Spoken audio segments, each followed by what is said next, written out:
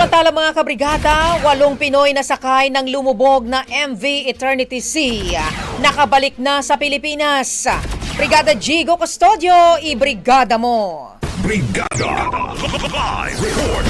Sa NAIA Terminal 1 sa Pasay City, sinalubong ng Department of Migrant Workers at iba pang ahensya ng gobyerno ang 8 repatriated Filipino seafarers na nakaligtas matapos sa takihin at palubugin ng rebelding Houthis ang sinasakyan nilang barko na MV Eternity Sea sa Red Sea.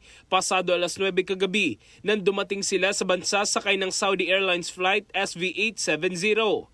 Pagdating sa paliparan, agad isinailalim sa health check ang mga OFW at binigyan ng tulong pinansyal at TESDA training vouchers. Hindi naman napigilang maging emosyonal ng mga seafarers at ng kanilang pamilya sa muling pagkikita. Samantala, tuloy-tuloy naman ang pagsisikap ng pamahalaan na mahanap ang 13 pang Pilipino na natitirang crew ng MV Eternity Sea.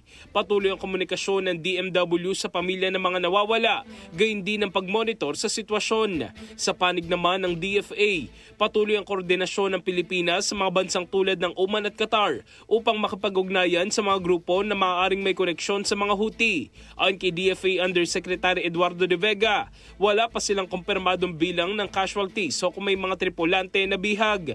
Pero kung may hawak man ng Houthis, umaasa silang buhay ang ating mga kababayan. Bagamat may mga ulat sa ibang bansa na tapos na ang search and rescue operations, iginiit ng DMW na tuloy-tuloy pa rin ang operasyon katuwang ang may-ari ng barko at mga international maritime partners.